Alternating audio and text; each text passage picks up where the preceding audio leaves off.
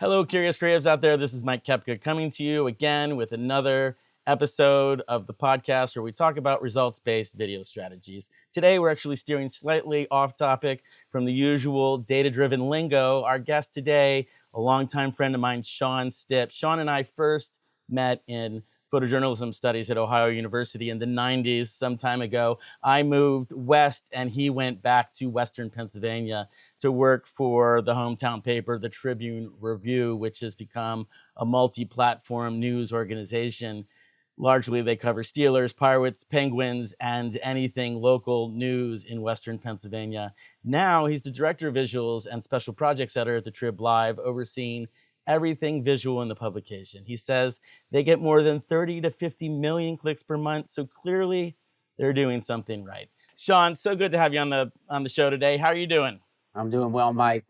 Thanks for having me on The Curious Creative.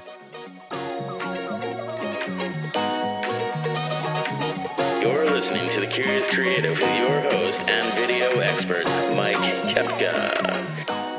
Sean, let's jump right into it. You are still in news, right? I am. Newspaper guy. We started studying the same things so many years ago, and I spent, more than 25 years doing that activity, and then have moved into my own thing in the last 10 years, but you're still doing it. You're still doing journalism that you're telling people about stories, things they need to know about that they otherwise don't have time to care, and you're giving it to them, right?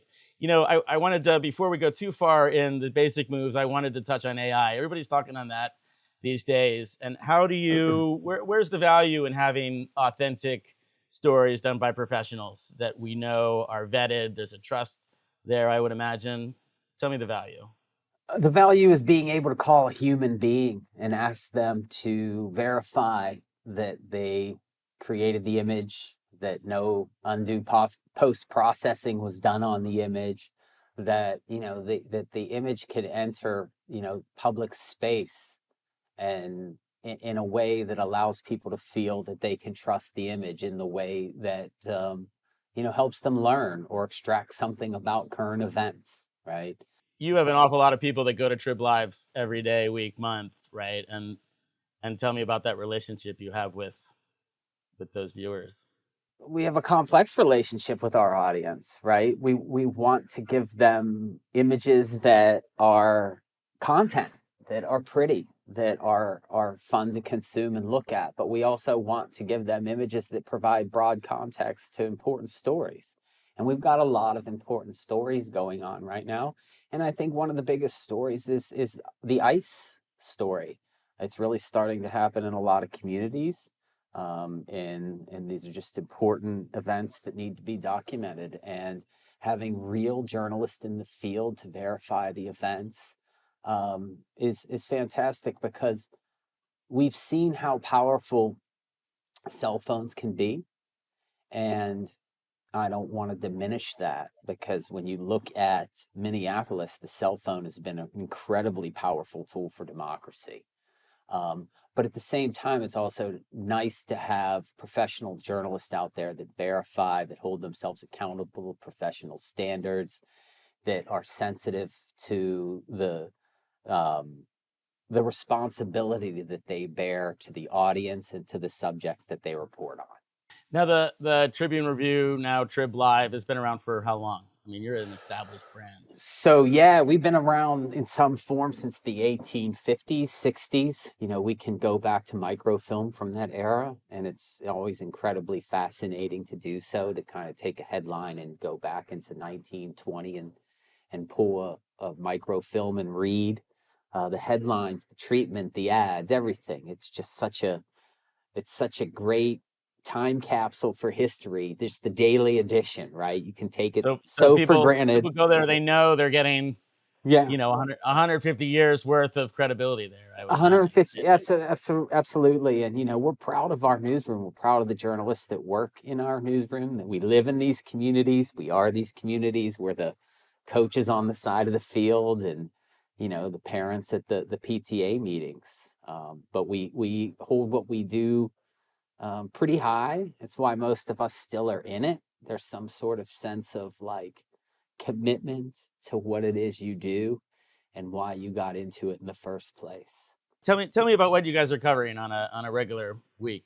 We cover a lot. We have 6 full-time photojournalists plus myself. We have some video editing support, and 2 of those are full-time sports photographers. So we cover all the big sports teams, the Pirates, the Penguins, the Steelers. And those events do incredibly well for us, you know?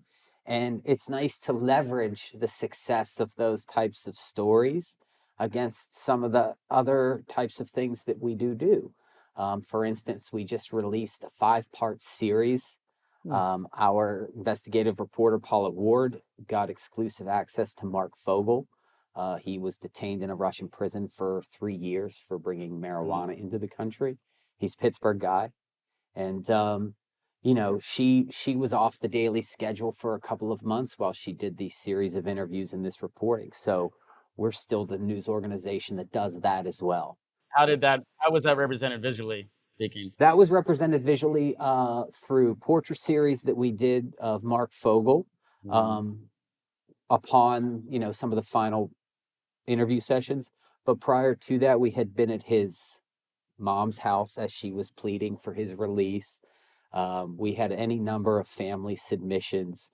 But then some of the more rich content was released by the Russian Internal Ministry of Affairs on their YouTube channel. And that's the footage of him being released from prisons, the airport security footage, the footage of them searching his workplace and house.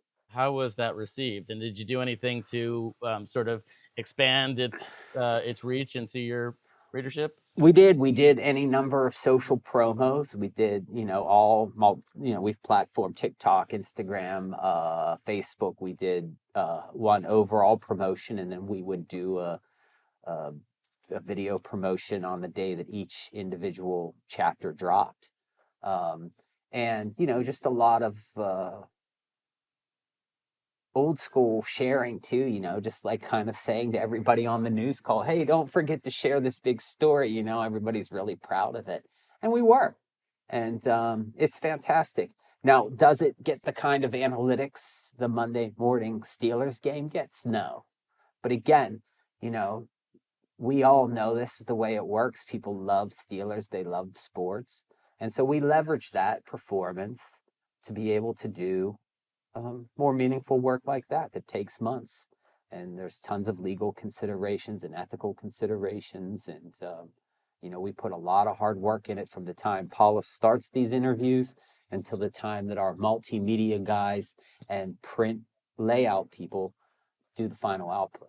You know, you just said that it doesn't get the same amount of traction that you get out of a Steelers game, right? So, but that doesn't necessarily make it less important, thankfully, to your organization. So how in this businessy justify it world, how do you quantify that, or why do we get to keep those kind of stories going?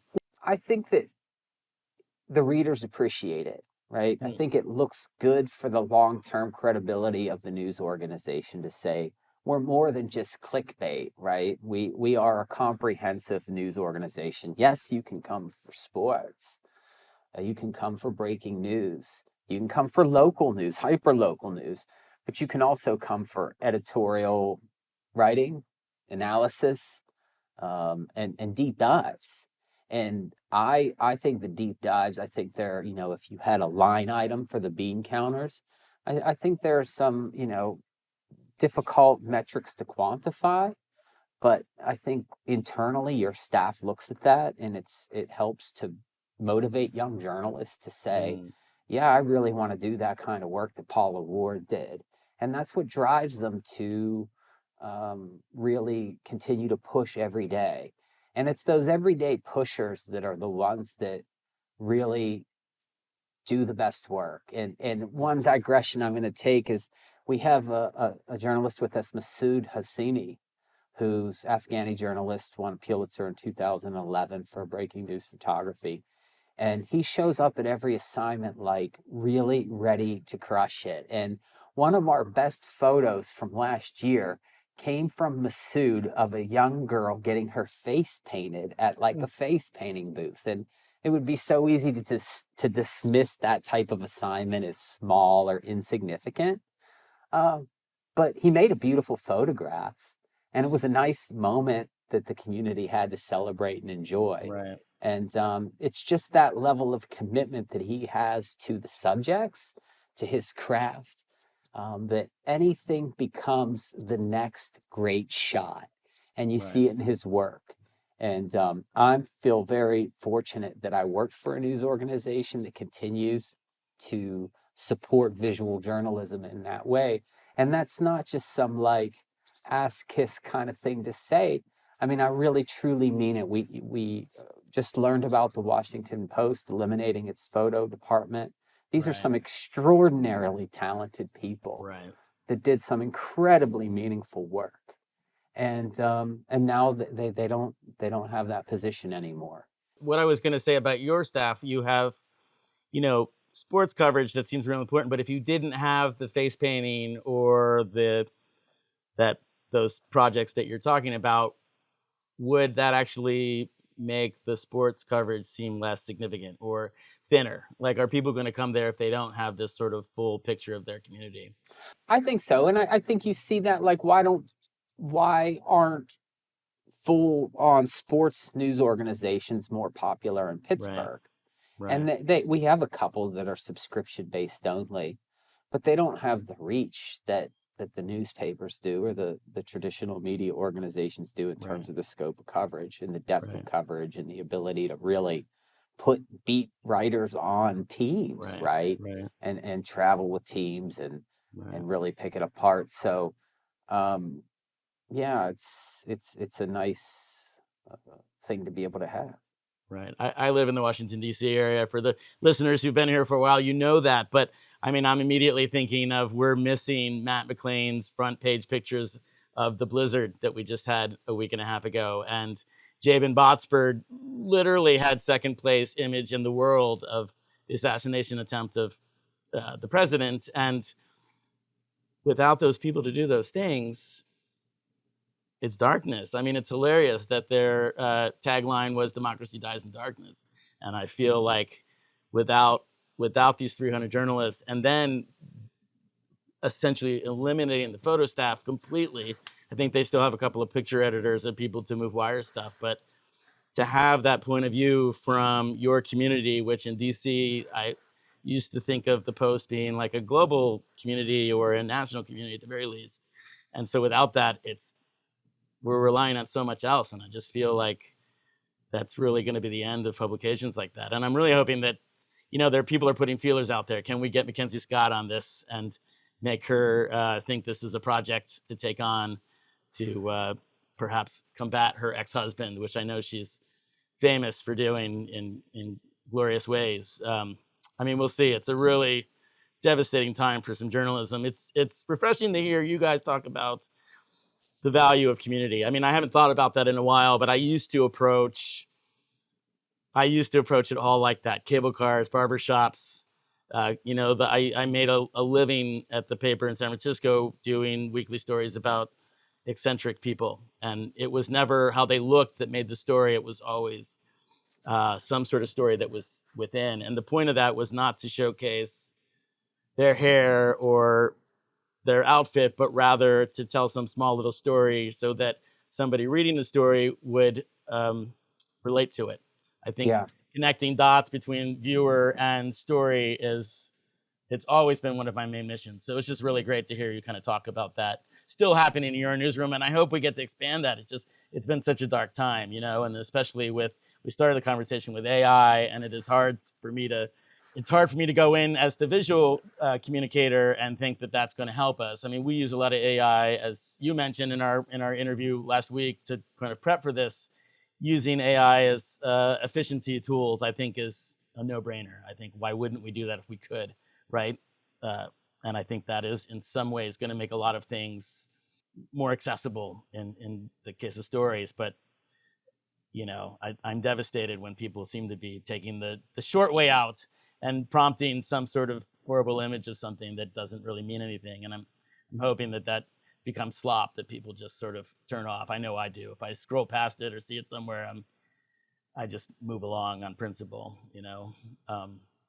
We were supposed to do this recording last week, and you had to bail on me because, oh my God, there's an 18-car pileup, and I gotta go fly the drone. One, how did that go? And two, nice to know somebody's actually still working for a living. That's great. I have the unfortunate distinction of being the only drone pilot on staff. I wish that would change. I try to really encourage other people to get that Part 107 because it's an incredible way to tell stories with the drone. It's just fantastic. It can add so much, particularly to video storytelling.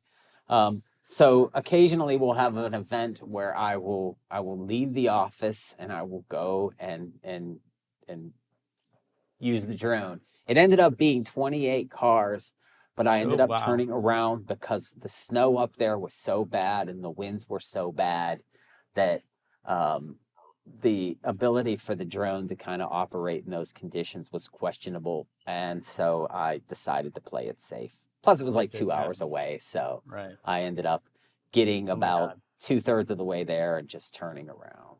It gets dangerous. It's icy. It's snowy. Nobody wants to get hurt. Nobody wants to hurt anybody. So I called it off. Well, that's stuff that down in DC, we usually don't have to think about that. It's been cold and snowy here, but that is rather abnormal. So, you are no stranger to video yourself, Sean. I know that you personally have 3 Mid-Atlantic Emmy Awards, regional Emmy Awards for your work. What makes a story or a video engaging, if we're going to give you cred for those shiny trophies? I mean, first of all, it's motion pictures, so engaging pictures really helps, right? Mm-hmm. And I think when I look back at your career, you know, you were fantastic that in a video capacity to where, you know, particularly on the early days of traditional still photojournalists getting into multimedia storytelling and documentary filmmaking, I mean, you could just see the potential at that time and some of the stuff you were doing at the Chronicle, just how beautifully things were shot. And it was that convergence of all of that equipment into a couple of, you know, mirrorless or DSLRs that could fit in a backpack to be able to go and create that kind of scope of work. And so, you know, I went to the boot camp, the NPPA boot camp in Syracuse, you know, and I wanted to know and I wanted to learn. And it would take me a couple of years, but I would leave very inspired. Bruce Strong, I believe, was the director there. I'm not sure he still is, but you know, he just reminded me why I got into it and reminded me what made a good story. You know, big beginning, middle, and end, conflict, protagonist, just sort of all of these little tidbits that constitute great storytelling. And I just remember thinking like, wow, I'm not saying it's easy, but like I could do that. I could put those things together. And then if I could take some nice pictures, well, there you go. And so that was the evolution of it. And so when I try to determine what it is we're doing now, the first thing I do is assess what visuals are there or can be there. And what do we have or what can we get that offers the viewer something just purely visual? And then beyond that, and at least in the case of the award-winning work, it's like, what context can we provide? And for me, when you can provide broad context, very broad context in sort of multimedia form where you're showing and letting people see and hear, and you're getting those great interviews that people elaborate why this subject is either engaging or important or historically significant. It's just kind of cool. And sometimes they feel more like, you know, just like happy accidents than anything, where you're just trying to collect and get things moving. And then all of a sudden you're like, wow, this is great. You know, this turned out really good. Right. I think for me, it was, you know, I had done video before people talked about cinematic. I think we had, I don't know, high 8 video. And we were using video on actual tape in the early aughts. And then there was another threat of layoffs and everybody put those away for a while. But then a couple of years later, we got those DSLRs that started shooting video. So suddenly the same camera that I was using to shoot the still stuff I was doing every day, like immediately translated. And game changer. Yeah, I mean, I would shoot still pictures and then shoot a clip and then go back and forth, which I'm to this day grateful that I didn't know anything about video at the time, because I wasn't using any ND filters. I was shooting things at 5,000th of a second, which is it took a film student from UC Berkeley to tell me that was I doing that intentionally or not, and he thought it was cool, but then I had to think about it. So, but I think the other thing about video that helped my journalism storytelling ability was the layering, that suddenly I had sounds. It wasn't just a visual thing. It was moving, but sound is a crucial part of it. And suddenly I could give a voice to the people's words that I was otherwise writing down. And it really made that stuff come alive. So, I mean, Yeah. it's so true. the skill set. A lot of people think they can do it, but I mean, it just is like, I can tell you have the same thing. There's like a magic that comes out of it. And when you do it right, or it feels right, or you're doing something that somebody else is going to respond to, it's kind of undescribable, right? So. It is. And one of my biggest fascinations with history are the oral histories that people have taken time throughout the decades to record. And the further back they go, the better. It's just an ability for somebody that experienced a particular time in history in their own words. And it's just been a source of fascination for me. And I continue to use any oral histories I can find for documentaries. And I just absolutely agree. And audio, you're 100% right. People will tolerate sort of rusty, gritty pictures. And you've seen it in every sort of punk rock skate video that's ever been made, right? But the sound's always spot on, right? And it's the truth. You can't tolerate bad audio. I mean, you know the joke, right? It probably even came from some of the workshops that we've overlapped together, but it's if you have really crappy footage and amazing sounds, you have a documentary. If you have no sound, you basically I've never have heard trash. that. I mean, like, I like that. You can never make up for that sound. You can't. It's no, impossible. you can't. So Sean, yeah, this has been short and sweet, but like old times. I love it. I give my guests the opportunity to leave us with one piece of golden information. Anything you want, something only you can give us. What do you got for me today? Well, today, before we go, I want to thank all the good people at Ohio University. I think they served us both very well, and so many generations of photojournalists, right? And we're talking about all of these great photojournalism staffs across the country. You've certainly done its share to churn out quite a few of them. So they've had some amazing people over the last, I mean, number one school, I think, right? They had so many good people that come out of there. So I would say I want people to consider, what images mean to them, right? I mean, authentic images and video are a form of credibility, right? They're not just content, they're visual evidence. It happened to real people here, a specific time and place.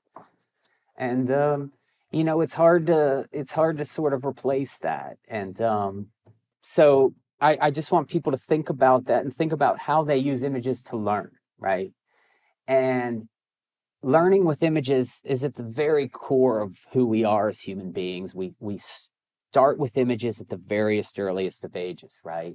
And now we've entered a phase where we don't know if we can trust what we see. And that's hard. That's hard for me as a visual journalist, but it's hard as a person because my process is, it didn't happen. It didn't happen if you don't have pics, right? Or however that saying goes. But now it's like you have to really take a news event and step back and wait and say, is this real? And, I just want people to think about, in the midst of this discussion, which is very current, and I'm glad we're having it, what do images mean to them? And so as we're going forward, the sort of value and the currency around image and image making may see a bump. And I hope that's the case for the industry, because I think what we do is critically important, and I want to see us continue. Visual evidence, audience out there.